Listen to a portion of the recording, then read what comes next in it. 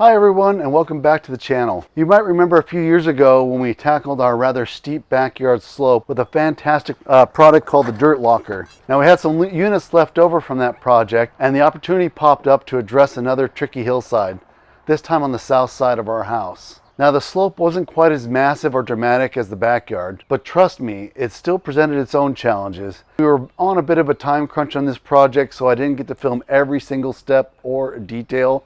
But don't worry, I'll walk you through everything. Now step one was tackling the persistent ice plant. It's amazing how quickly that stuff grows and could take over everything. Now with the ice plant gone, the next step was to reshape the hillside.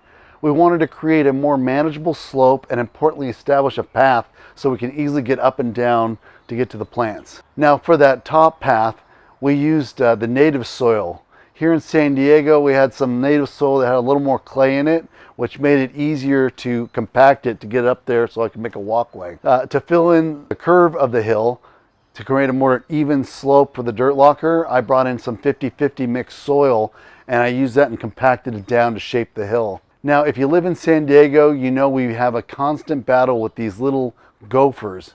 They're all over the place. They can decimate your plants in no time. So as a precaution, we laid down a layer of gopher wire before even we thought about installing the dirt lockers. It's a simple step that can save you a lot of headache down the road. Now let's talk about irrigation. Our first dirt locker install, we ran PVC pipes, putting it over the dirt locker. Now I wasn't a huge fan of seeing the white of the pipes. So this time I decided to try something different and run the irrigation under the dirt lockers. It went all right. Definitely learned a lesson here. I should have spent more time planning out the placement and the number of heads. As you can see, I ended up with 2 more heads at the very end, making sure that everything got adequate water. Lessons learned.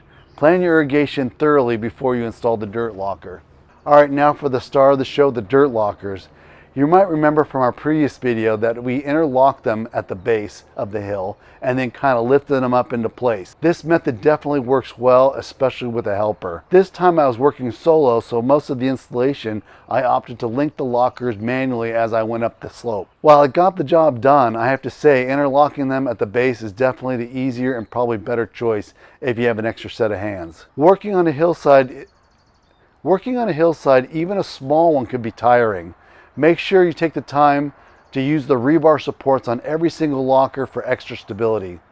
With the dirt lockers in place, the next step was filling them with soil. Instead of buying individual bags from the box stores, I headed to the local landscape supply yard and I bought topsoil in cubic yards. Trust me, if you have more than a few dirt lockers to fill, this is a much more cost-effective way to go. Next up, the fun part, planting. We took a trip to the nursery and we picked out a variety of plants for this south-facing slope. Once they were in, we ran drip irrigation lines to each plant and then covered the base with bark. The bark is a great way to help shade the soil, which prevents water from evaporating too quickly, especially in the San Diego sun. To manage the water, we're using a Rancho irrigation timer, which gives a lot of control over the watering cycles. And there you have it, our second time installing the dirt lockers, this time on a different slope. Even though we had a few inconsistencies and learning some lessons along the way, I think we're definitely getting better at it. Just to recap some key takeaways from this install, definitely run your irrigation under the dirt locker if you want a cleaner look, and make sure to stake every dirt locker for maximum stability. Things I'd like to see in the future is a place for the dirt locker to put a stake at the end. It's supposed to hold it like this. It'd be nice if there's a hole. I think securing them even easier would make it effective. This is a note for the dirt locker team. Now we still have a significant amount of hillside left to tackle on our property. For this larger area, we're actually considering going with the retaining wall system. Now there's absolutely nothing wrong with the dirt locker. In fact, if we look back 5 years ago, you can see the one we installed previously looks really great. We have installed about 200 dirt lockers in total so far, but with the price of the units, the amount of work involved for a much larger area, we like to explore alternative ideas. So there you have it, Dirt Locker 2.0 experience. What do you think? Have you used Dirt Locker before? Let us know in the comments below. And if you found this video helpful, please give it a thumbs up and don't forget to subscribe. Thanks for watching, and we'll see you on the next one.